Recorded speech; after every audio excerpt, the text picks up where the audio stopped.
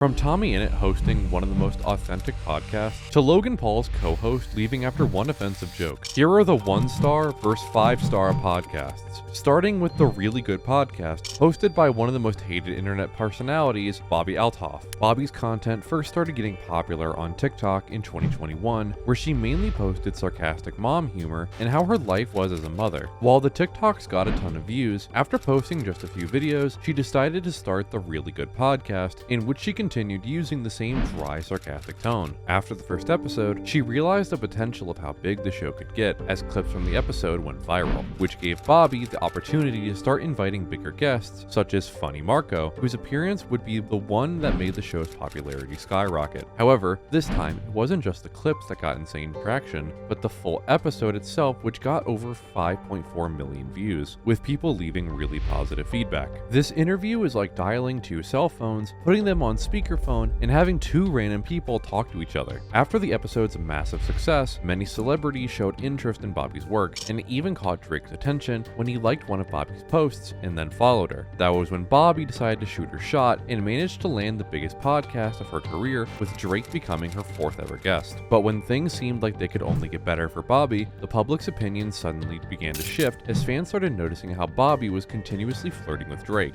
Am I your type? I'd do it. Thank you. But it wasn't just the fans that noticed, as 6 days after the Drake episode was recorded, Bobbi's husband filed for divorce, which left people commenting things like, "Yeah, I'd do it, that's where her divorce started." But her flirting with Drake was just a fraction of what was wrong with this episode, as Bobbi also admitted to missing her daughter's 1st birthday so she could fly to Drake's mansion and record. You know, I flew all the way here you did. I really do appreciate on my that. daughter's 1st birthday. I wasn't going to bring that up. This is when the clout-chasing allegations began appearing, and once she confirmed the divorce on her Instagram, fans fully turned on Bobbi. Throwing your family away for a little internet clout is crazy, and destroyed her family for fame. And while the drama was spreading like wildfire, Drake and Bobbi unfollowed each other on social media, and the episode was later deleted from her channel. However, things continued to get worse as Bobbi started talking poorly about her guests on other podcasts. No, well, the good thing about mine though is like, so when I walked into his house to do that, I'm, like I said, I'm really awkward. I walked into his house and I felt so awkward. Like I didn't know what to do. I'm not buying the awkward stuff. In my opinion, worst guest ever. I'd never really heard of her, but I don't feel she's famous or accomplished enough to be so condescending. At the same time, fans started pushing the idea that Bobbi was an industry plant, and as they were digging deeper, they discovered a connection between her management company and the guest she had on. But even though we can't be sure, it's pretty clear that Bobbi was lying when she claimed that she was broke and didn't have enough money to run her show. I'm waiting on like TikTok to give me any money right now because like people think I'm joking about being in debt, and I'm like,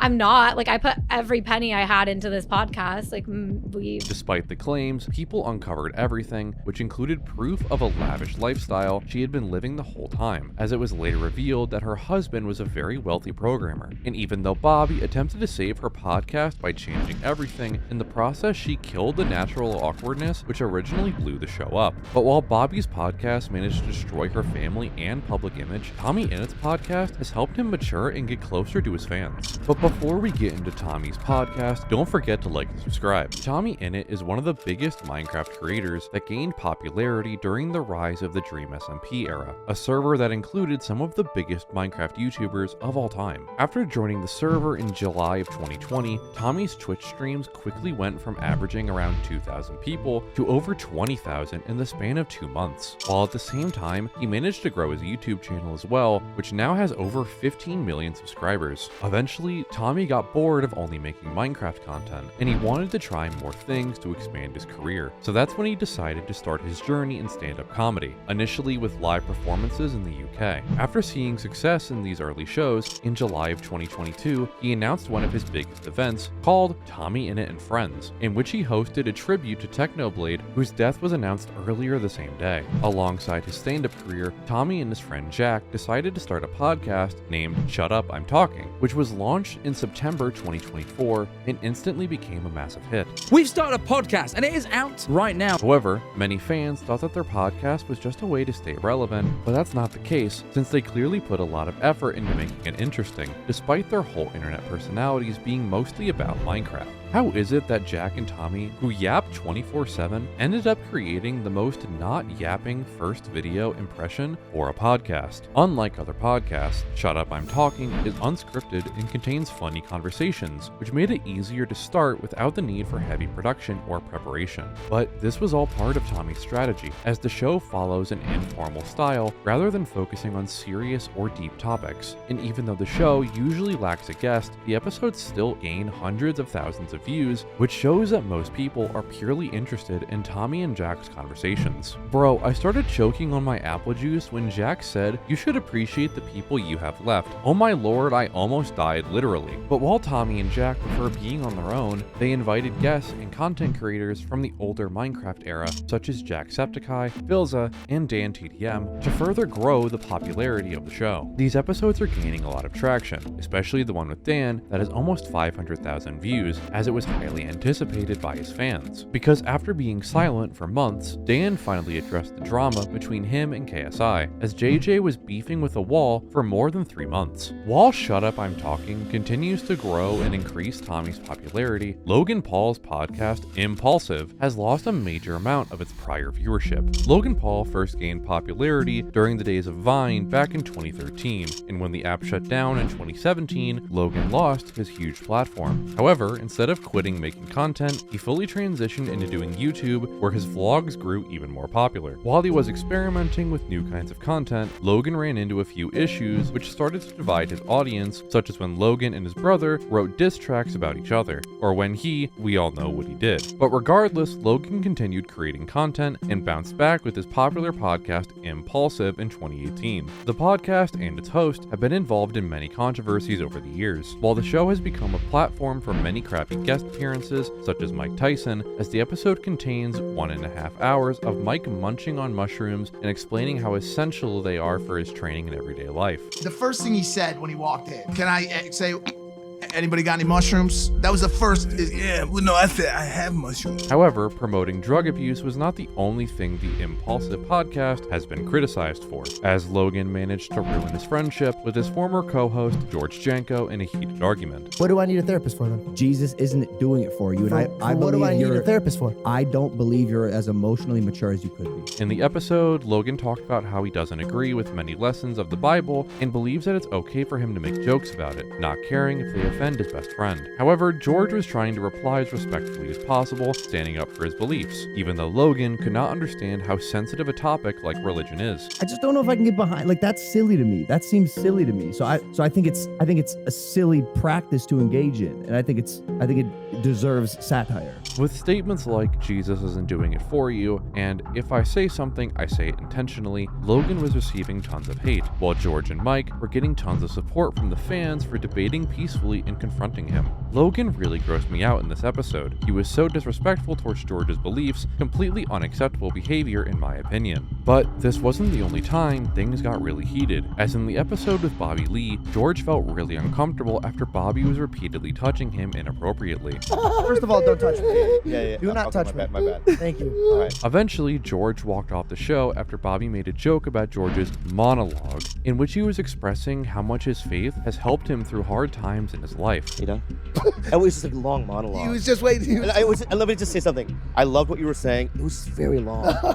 But many fans sided with Bobby as they were arguing that George is a comedian that couldn't take a joke. I get George being upset, but Bobby knows George is a comedian and basically heckled him harder than he would get out on stage. These two incidents were part of the reason why George decided to leave the podcast in early 2023, and he ended up pursuing other projects such as his own show. However, he did not address the exact scenarios and issues he had with Logan and Mike, as he was not allowed to do so. To the Impaulsive fans, I'm so sorry I can't speak about things. Not my choice. Since then, Impaulsive has seen a decline in viewership and faced criticism for its content quality, with people commenting things like, "Dudes talked about literally nothing for an hour." And while Logan Paul and his podcast are becoming less relevant, Theo Von's podcast, This Past Weekend, is skyrocketing in popularity as clips from the show are flooding the internet. Theo Von is a stand-up comedian, podcaster, and also a former reality TV star. He first gained recognition in the early 2000s as a contestant on MTV's Road Rules, and later appeared on various reality shows like The Challenge. However, his passion was always comedy, as he gradually built a stand stand-up career, forming across the US and eventually becoming a regular on major platforms like Netflix and Comedy Central. After seeing success with his live performances, he launched his podcast this past weekend in 2016, which became very successful due to his authenticity and the support from the comedy community. His relationships with other comedians helped boost his popularity in the comedy podcasting space, especially his appearances on the Joe Rogan Experience, which became super viral on all platforms. You look like one of those turkeys when they tie it up and it gets all kind of lined out. However, his current success and status doesn't come purely from those connections, as he has managed to create a broad and diverse fan base, interviewing celebrities, athletes, and everyday people. But what really made this past weekend so popular was not just Theo's humor, but moments where he brings up personal struggles with his life experience that really resonate with his listeners. Your podcast was the only time I smiled that day, so keep doing the Lord's work, man. Take care of yourself. Gang. Thanks, bro.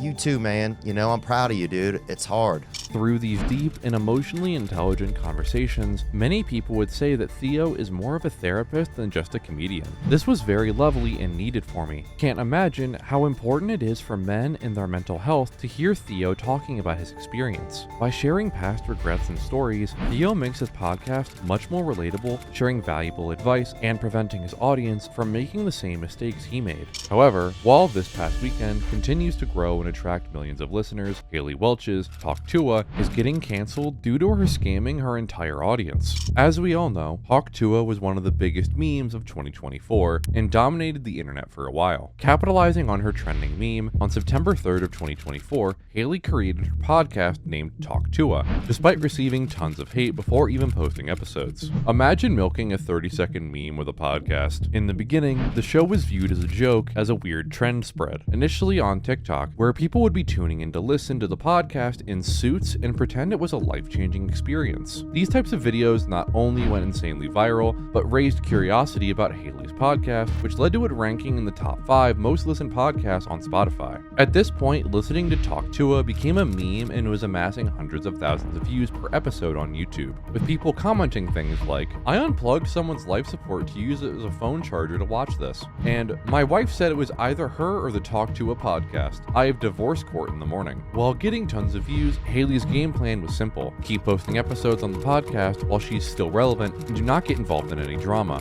However, what happened to her was way worse, as she lost a sprinkling of her remaining fans by getting involved in a crypto scam in December of 2024. Haley went on Twitter to promote her Hawk token on the 4th of December, and it was so successful that it reached a market cap of $500 million before plummeting to $25 million. Later that month, CoffeeZilla managed to hop on a Twitter space with Haley and her team, and he was ready to ask some tough questions as to what happened to the coin. Hey, this is one of the most miserable, horrible launches I've ever seen in my life. Okay, then why the f are you on? But after a lot of back and forth with Haley's team, denying all the allegations of rug pulling or scamming, Haley interrupted the conversation to announce that she was going to bed, showing that she is completely uninterested in the situation she caused. Hey guys, I hate to interrupt you, Nick. Hello there. But anywho, I'm gonna go to bed, and I'll see you guys tomorrow. Since then, Haley has shown no signs of existence, other than posting one Instagram reel enjoying her vacation without publicly addressing the scam, while receiving advice on how to deal with the lawsuit. You better talk to a lawyer. And while Haley and her podcast are slowly but surely vanishing from the internet, George Janko becomes more popular day by day, after making a comeback in the podcasting world in 2023 with The George Janko Show. George is a comedian, actor, and musician who first gained popularity through Vine, where he gained a large following posting hilarious skits. Hey, can I use your restroom? One sec.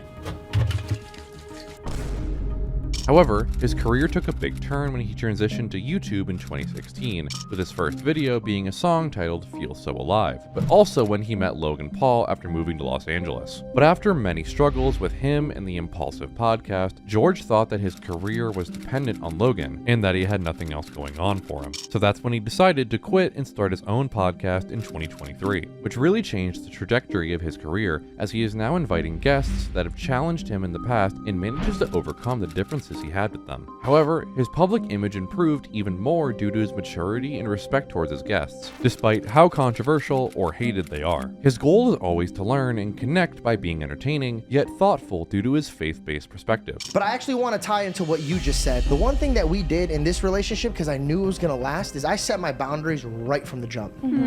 I go, if you walk unaccordingly to God, you be so fast outside, you have no idea. And even though the show is humorous, it is definitely not treated as a quick dose of dopamine, as the 3-hour episode with Cliff Connectly and his son Stuart has amassed over 4 million views on YouTube. However, his audience does not only include people who believe in God, but also viewers who want to improve mentally and financially, as George often invites authors and financial advisors such as Dave Ramsey. Dave Ramsey is one of the personal finance creators that changed my life a few years ago. And while George continues to be respectful to his guests, the Fresh and Fit podcast will kick out women off the show whenever they disagree with the hosts. The show has 2 hosts, Myron Gaines, known as Fit, and Walter Weeks, known as Fresh. Before Myron dedicated himself to podcasting full-time, he was a police officer for 6 years, while Walter used to be a programmer. However, in 2019, Myron met Walter in Miami, as they were involved in the self-improvement community, and later decided to launch a podcast in October of 2020. As expected, the show grew in popularity and attracted many listeners, as their TikTok page gained 50,000 subscribers in the span of a few months. However, many people would wonder how such a motivational podcast focused on men's self-improvement could end up becoming so hated. Well, everything started when Myron posted a TikTok saying that if a girl wants to reschedule the date, you should respond with, "Hey, that's cool, but I'm not really a fan of flaky girls," and continued saying, "Don't reinforce bad behavior with positive treatment." It was this video that led to their account getting banned due to misogynistic views. However, that video was just the beginning of the controversy streak, with opinions such as not dating ghetto black women and stating all women are whores. These red pill guys have no idea about women. And while having many accusations of hate speech, Myron and Walter are also hated for calling themselves gurus of self-improvement, as some people argue that they are hypocrites, and that they do not live the life they preach, as they rely on drama and social media clout. However, their actions prove that the criticism is well deserved, as both of them want to be involved in as much drama as possible, such as offending women every Friday.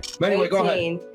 Out here. You look like a clown. While posting around 10 videos a week, the Fresh and Fit podcast struggles to keep its relevance, averaging only 10,000 views per video. Unlike Joe Rogan, whose podcast has made a huge impact in the podcasting industry. Joe Rogan is an American comedian, UFC commentator, and podcaster from New Jersey. Initially, he became famous as a stand-up comedian in the 90s, and later became widely recognized for his work as a commentator for the UFC, as well as hosting the TV show Fear Factor. Through all these appearances in multiple fields, Joe built a strong personal brand, which ultimately led to the creation of the well-known podcast Joe Rogan Experience. However, many of his fans did not know that his show has been running for over 15 years, while having more than 2,000 episodes and amassing almost 6 billion views on YouTube. His podcast is loved by the internet for its diversity of guests, including celebrities, scientists, and athletes, while also being full of uncut discussions, sometimes even lasting longer than 4 hours. Despite interviewing some of the most controversial people on the internet, Joe's open-minded personality gives the opportunity to cover deep topics, which is something highly appreciated by his fans.